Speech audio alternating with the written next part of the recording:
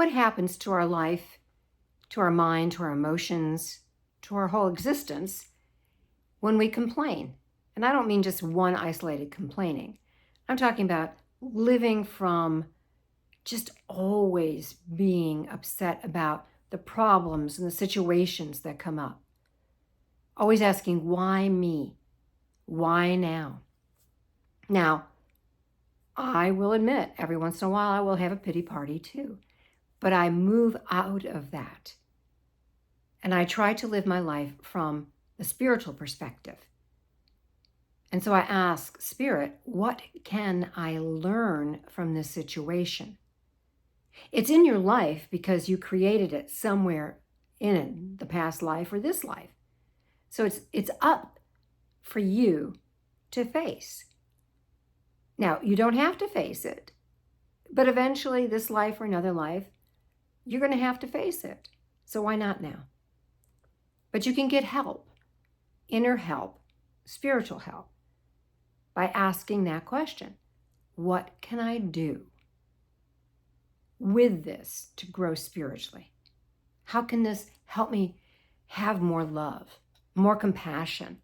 What do I need specifically to learn from this? And then you listen. Listen to your intuition. I remember back in my 30s after my second divorce, and remember, I'm a therapist. And I had to really come to terms that I was not living the way I needed to live or face what I needed to face. There was something that was keeping me from a very healthy relationship. So then in my book, I talk about there was a spiritual seminar, and I'm a member of Eckankar at that time on the 4th of July. And I went, and there was a breakout session called Spiritual Goal Setting. And I thought, great.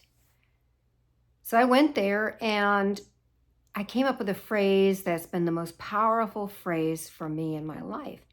What and how can I face within myself? Let me face whatever I need to face within myself that's keeping me from X. And at that time I said, I'm willing to face whatever I need to face that's kept me from a long-term, healthy, joyful relationship.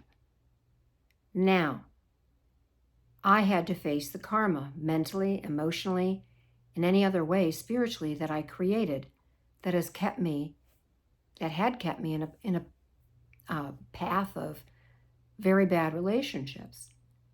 But step by step, I did my spiritual exercises every day. And outwardly, I worked at changing my method of dating and changing my belief systems about myself. And then 1 year to the day, 1 year, 4th of July, I met my now present husband. We got married 7 years later on the 4th of July. So everybody celebrates our wedding. Anyway, regardless of whether I would have found the relationship or not, I knew by the process of willing to face whatever I needed to face within myself, I was going to grow and become a more confident, happier person because I was willing to face this on any level. So ask yourself, are you willing to grow? Are you willing to let yourself see what you need to see, hear what you need to hear? And if you do, you can be guided in a balanced way so that you can have more love and joy in your life.